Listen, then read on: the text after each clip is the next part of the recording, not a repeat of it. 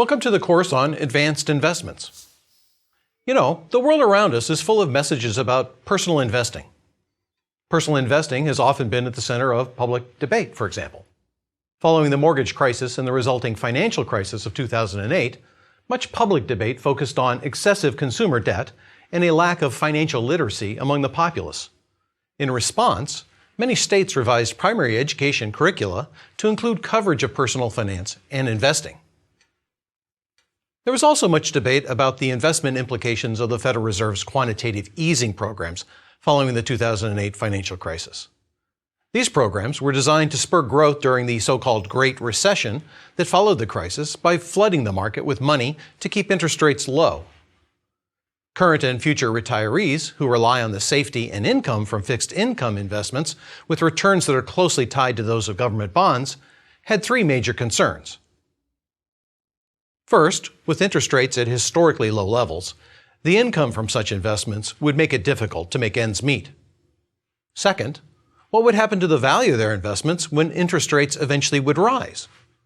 And third, what impact would the loose monetary policy have on future inflation?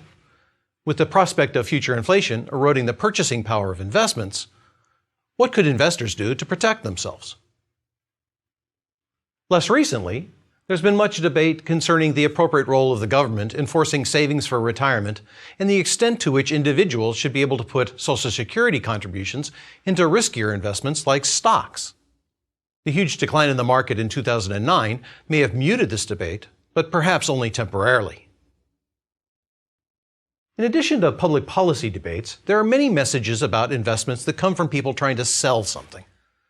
For example, there are many books written and published by people trying to sell books, claiming to show surefire strategies for getting rich. Not surprisingly, there is not much demand for books that show surefire strategies for losing money. Also, there are many online brokers who are interested in selling their brokerage services that compete with each other to provide the snazziest, easy-to-use analytic tools and trade platforms in which you can invest and manage your portfolios. Since they make a commission whether you buy or sell, they just want you to trade. Perhaps with this goal in mind, the sites typically provide plenty of stimuli. And finally, there are messages from professional investment and wealth managers who want you to buy their services, all claiming that they have the expertise and unique perspective to guide you through these turbulent times and put you on a path to prosperity. In this course, I'm not selling you get-rich schemes. I'm not selling you brokerage services. And I'm not selling you my wealth management services. I am, however, selling you what I think I can provide as a professor. As a professor, my job is not to simply provide information or to tell you what to think. Rather, I think my job as a professor is to teach you how to think for yourself. With this in mind, I have two main goals for the course. First, I want you to be an informed consumer of the plethora of information on investments that's out there.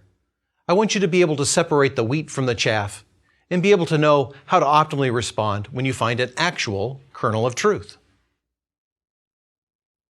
Second, I want you to be able to identify the pros and the cons of specific investment approaches and then be able to make a conscious choice based on a full understanding of the trade-offs between these alternatives. In order for you to be able to do that, to optimally react and make conscious choices, it's important for you to have well-defined objective or goals in mind. In this lecture, we will identify a set of non-trivial potential goals an investor might have. By non-trivial, I mean things that are more subtle than I want to be rich now and forever. When it comes to wealth, it's obvious that more is better. What might be less obvious is how important liquidity is to you. How important is risk? How important is being able to leave a legacy either to members of your family or a cause that you hold dear? Okay, so let's think about an appropriate set of goals and objectives you might have as an investor. That is, what are the different aspects of investment performance you might care about? These objectives include things like return targets or benchmarks and risk, time horizon and a desire for a bequest, growth versus income and liquidity. Investors may differ in the dimensions that they think are the most important. My hope is that the discussion in this lecture allows you to identify what is most important to you. So let's go through each objective separately. The first item is risk and return. I've paired these two together because if considered alone, everyone would make a trivial choice. Everyone wants high return and no risk. There are very few things you can do that will increase your average returns without increasing risk. The most notable thing that you can do is to increase return without bearing more risk is to invest with pre-tax dollars via a pension fund, a 401k, or an individual retirement account. These accounts either let you invest with salary before it is taxed, or let you deduct your investment from your taxable income. You'll be taxed eventually, but always in the future. This is better than getting taxed now because you will have more of your money making money or working for you. In fact, let's say that your return on your investment is R per dollar per year. You invest for T years before getting taxed, and your tax rate, let's say, is X. Then for every dollar you invest pre-tax, you will have X times 1 minus X times the quantity of 1 plus R raised to the T minus 1, more dollars after T years, after you pay the tax then. So for example, if your tax rate's 25%, the annual return is 10%, and you invest for 20 years before you retire, you'll have about $5 for every dollar invested pre-tax rather than $4 if you invest post-tax. If you invest for 30 years, then you'll have $16 rather than $13 for each dollar invested. And if the return is 15% rather than 10%, you'll have nearly $62 rather than $50 after 30 years. The point is that it adds up. Of course, there are legal limits to the amount that you can invest this way, but you should invest as much as you can this way. If not, you're merely increasing your taxes with no personal benefit associated with this increased cost. I should note that tax rules and policy can be very complex and nuanced. If there are rules are unclear to you or ambiguous in any way, given some tax-advantaged investment vehicle, I suggest consulting a tax expert before taking any leaps. Aside from tax strategies, most other strategies entail bearing more risk to get a higher return. As a consequence, it is important for you to reflect on your personal trade-off between risk and return. How much extra return do you have to get in order to be willing to take a risk? Similarly, how much wealth are you willing to give up in order to shed a risk? It's fairly hard to answer these types of questions quantitatively, yet this is the kind of trade-off you'll be faced with often. There are some online surveys you can take that determine how much you dislike risk. These surveys typically ask a series of questions like, which do you prefer, a 50-50 chance at $10,000 or $2,000? Or a 50-50 chance at $9,000 and $2,500? The surveys then assume that your preferences can be described mathematically by a specific function, which has a parameter called the coefficient of risk aversion. This coefficient is supposed to characterize your aversion to risk. Once the survey calibrates the coefficient to your answers, then the calibrated function can be used to determine your preferences over other investment alternatives. This strikes me as kind of an odd exercise. The survey makes some assumption about the form of your preferences, then forces your answers to fit that function, and then uses the function to determine your preferences? Don't you know your preferences naturally? Rather than go through this survey process, I think it's better for you to simply reflect on a particular choice you might be facing. What choices will allow you to sleep at night, and what choices will make you nervous? At this point, it is probably very hard for you to quantify the trade-off between risk and return, simply because it is very hard to know what risk is. My goal with this course is to give you metrics that will allow you to compare risk across securities. These metrics are also useful for quantifying the risk of a portfolio. Another thing that I want to discuss with respect to the trade-off between risk and return is the fairly prevalent notion that people should be less risk-averse. How many times have you heard, if you want to be rich, you have to take risks, go for greatness, and swing for the fences? This presumably is the story behind many entrepreneurs who risked everything to push what turned out to be the next revolutionary idea, like the Wright brothers and manned flight, Steve Jobs and the iPod, Elon Musk and PayPal, Tesla Motors, and now travel at 800 miles per hour in frictionless pneumatic tubes. On this, I have two comments. First, I want to make clear the distinction between opportunities and preferences.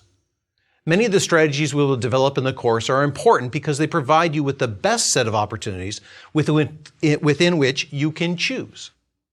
For example, in Lecture 15, we will discuss how to combine securities together into a variety of optimal portfolios. These portfolios are optimal in the sense that for any level of risk, they have the highest average return. And for any level of average return, they have the lowest possible risk.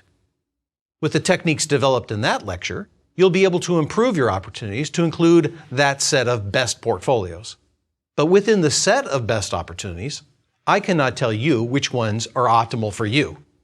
That's because what's optimal for you depends upon your preferences and how much you feel about what's the trade-off between wealth and risk, and how much risk detracts from your happiness.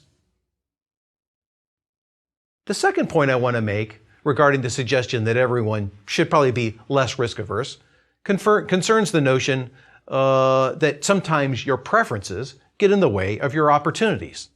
That sometimes we limit our outcomes because we underestimate what we could achieve if we just got out of our own way. As you'll see when we discuss behavioral biases in investing, I'm a bit sympathetic to this view.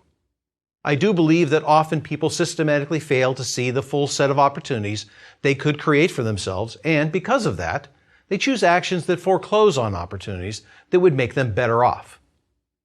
However, I also think that the notion that you have to take risks to succeed might simply be a misguided conclusion based upon bad statistics and a confusion about something called conditional probability. Let me explain further. A conditional probability is the probability that something will happen conditional on something else happening. With respect to risk-taking and success, there are two conditional probabilities that we might calculate. One is the probability that, given that somebody is successful now, that they took risk in the past. The other conditional probability is the probability that, given that somebody took risk in the past, they are successful now. What is typically reported is the former probability, the probability that someone we know is successful took risk. We hardly ever talk about people who are not successful, mainly because we don't know who they are. They're not successful. But which conditional probability is relevant for you? If you're trying to decide whether to take a risk or not, then the probability of success given risk versus the probability of success given that you don't take risk, those are the relevant conditional probabilities. You want to know, conditional on taking risk, how many people succeed versus fail, not conditional on success, how many people took risk versus played it safe. To see the difference, consider the following simple example. Let's say we have a sample of 100 people who are perfectly representative of the population as a whole. Out of the population as a whole, we've got 100 people. Let's say that out of that 100 people, there are 80 that took risk and 20 that did not. And out of the 100, 44 turned out to be successful, while 56 did not. Typically, what is reported is the frequency with which successful people took risk. That is, what is reported is the probability of risk-taking conditional on being successful.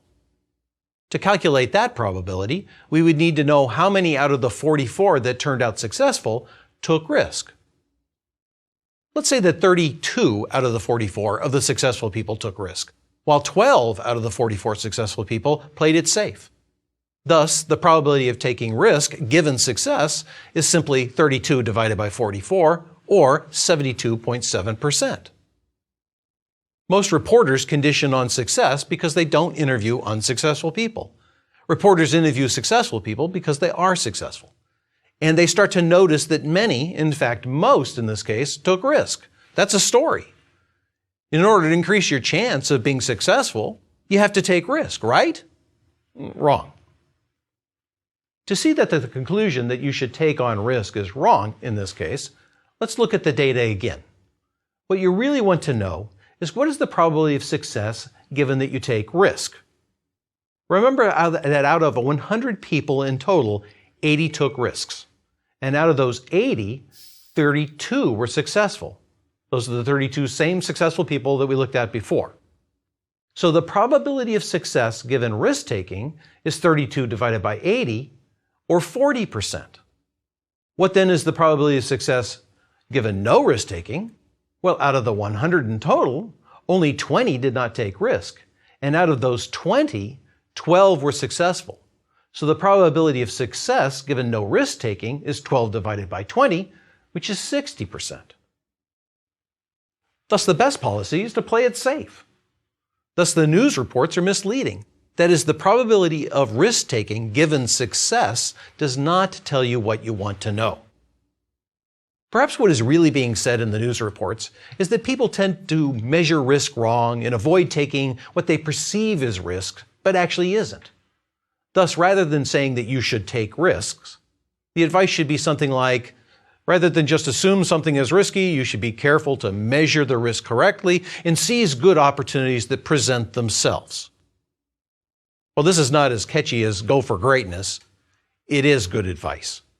And I will show you how to measure risk correctly in the course. But it's going to be up to you to decide how much risk you feel you're comfortable with. A second important dimension for an investment strategy is your time horizon. There are two aspects to this. The first has to do with the passage of time and the natural cycles of life. Your age relative to retirement.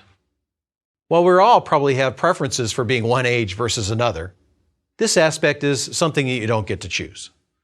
The second aspect, however, is driven purely by your preferences, whether you want to consume all of your wealth eventually or whether you want to leave a legacy or a bequest. Both of these aspects matter because they affect some very basic parts of an optimal investment strategy. For example, the conventional wisdom is that you should invest more heavily in riskier securities when you're young. This is not because you are less risk-averse when young, but rather because a poor outcome is likely to be less costly when you are young than when you are older. This makes sense if you think of your overall investment portfolio as including the biggest asset you have, which is your human capital. When young, this asset typically generates a stream of salary payments that can substitute for the cash flows generated by investments. When young, you have some flexibility to alter or rebalance the human capital part of your portfolio, along with other parts in reaction to market conditions. After retirement, you typically have far less flexibility. You should view your human capital as a part of your investment portfolio. As such, your investment strategies may be different as you get a clear sense of what this asset is really worth or how much you can alter it. Your goals regarding a legacy have an impact on the rate at which you should save when young and the rate at which you should consume out of the savings for your investments when you're old. In Lecture 7, we will examine the set of calculations which will give you guidance on this specific matter. For these aspects, you should think of your investment strategy as having two dimensions, a time series or a dynamic dimension, and a cross-sectional or a static dimension. For the static or cross-sectional dimension, you should put yourself in a particular place in your life and in a particular market condition. For example, retired at the start of a recession, or maybe 10 years into a career with multiple opportunities for advancement based upon performance in a mild expansionary economy, something like that. In each of these states, you need to consider how you would allocate your wealth in that state cross-sectionally across all of the different available investments in the market at that time. The dynamic part has to do with the fact that in each of these states, you may want to hold different cross-sectional portfolios. For example, as we discussed earlier, you'll want a more risky equity portfolio when young and more risk-free fixed income investments when old. As a consequence, you should look ahead and make gradual adjustments from one cross-section to the next. That is, you need a dynamic transition strategy. Now, some of the changes in the states will be predictable, such as your age and retirement. The exact timing of other states will be much less predictable. For example, when will there be a recession? When we discuss the capital asset pricing model, or CAPM, in Lecture 17, we will see how you should approach such transitions. For now, just recognize that in terms of your goals and preferences, you need to figure out the extent to which you care about maintaining a given lifestyle. Now, let me be clear. I don't want to focus on the lifestyle part. Rather, I want you to come to terms with the maintaining part. That is, I'm not saying you need to decide whether you want to have the lifestyles of the rich and famous or the lifestyle of a pauper. Of course, we'd prefer to be rich rather than poor. What I'm asking is, how important is it to you, whatever the level of your wealth, that you be able to maintain that level in the sense that there are not going to be huge variations in that level over time? Most of us have the goal of limiting the downside once we get to a particular level. That is, most like to ratchet up, but not ratchet down. If that is your goal, there are strategies to help you achieve that goal, and we'll consider those in a subsequent lecture in the course. Okay, a third investment dimension that you need to come to terms with is your need for income from your investments versus your desire for growth in the value of your portfolio. For this, again, you have to be careful not to mix up opportunities and preferences. You may have a definite preference or need for having your investments generate a steady stream of income, say because you're retired with no other ongoing source of income to support your monthly expenses. In contrast, if you're young and have a well-paying job that more than covers your expenses, rather than have your investments generate cash now, you may prefer that you have the investments simply grow in value over time. But sometimes the growth versus income distinction spills over into a limit on opportunities. If you need income, then you might be tempted to only consider funds that focus on income-generating securities, such as stocks of firms that pay high dividends. Funds that focus on growth stocks, on the other hand, invest in equity in firms that, rather than pay dividends, reinvest their earnings back into the firm to fuel expansion and increases in the stock price. Thus, with the growth versus income objective, you typically get a difference in the types of securities considered. That is, by picking a particular objective, you may be a priori limiting the types of investment opportunities available to you. I think a better way to think about growth versus income is in terms of liquidity. Liquidity is defined in two dimensions, the time and the price dimension. A liquid security is one which can be turned into cash, i.e. liquidated, very quickly without having the price fall significantly.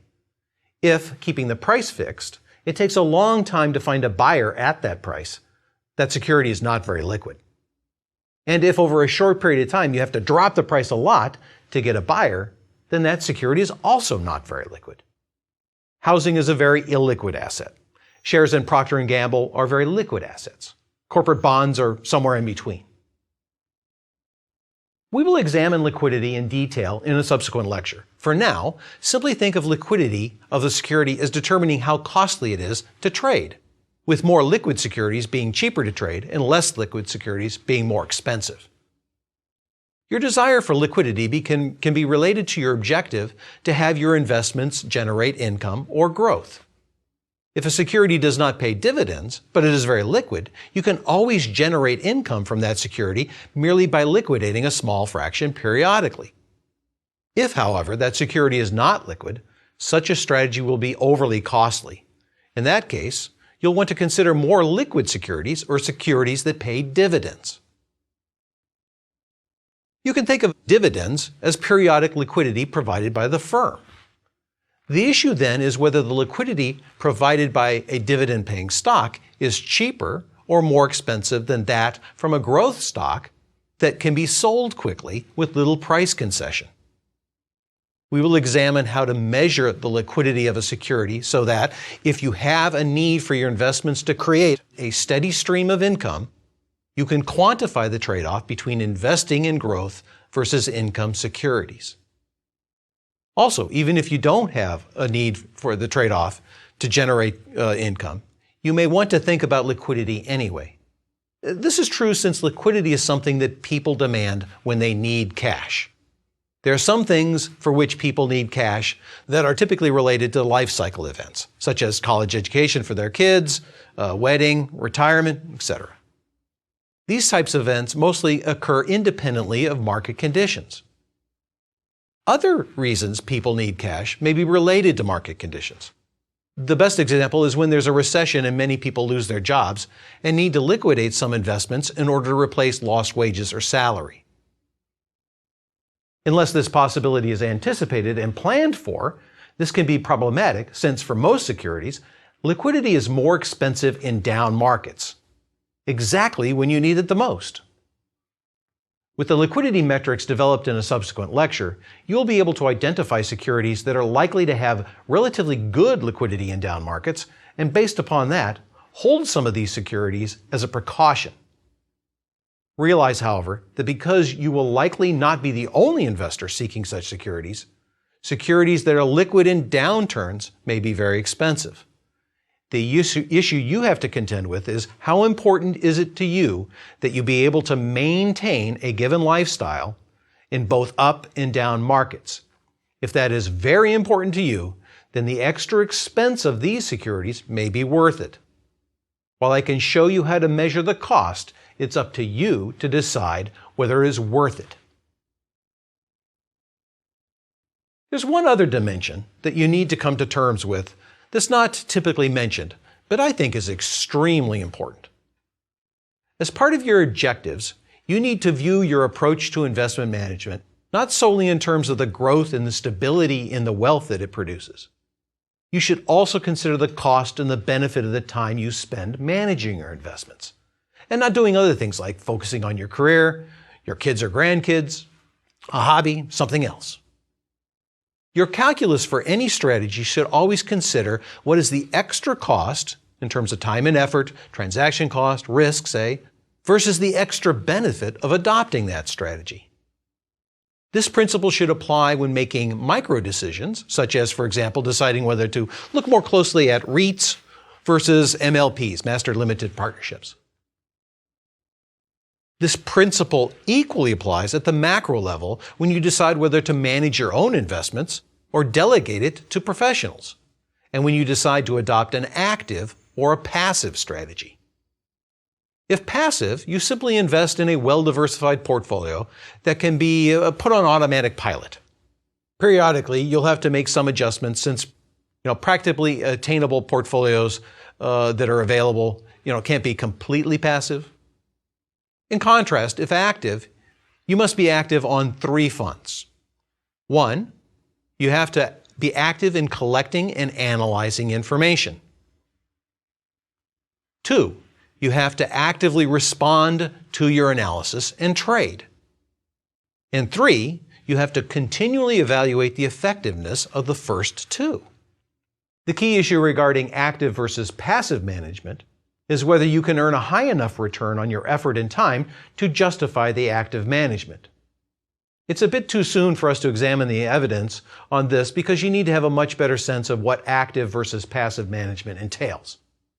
But realize that any evidence will only show you the financial benefit and costs of activeness. Only you can put a value on your time and your attention. My guess is that for many of you, the time spent on investing will be intellectually stimulating, so much so that you won't view it as a cost at all. Thank you very much.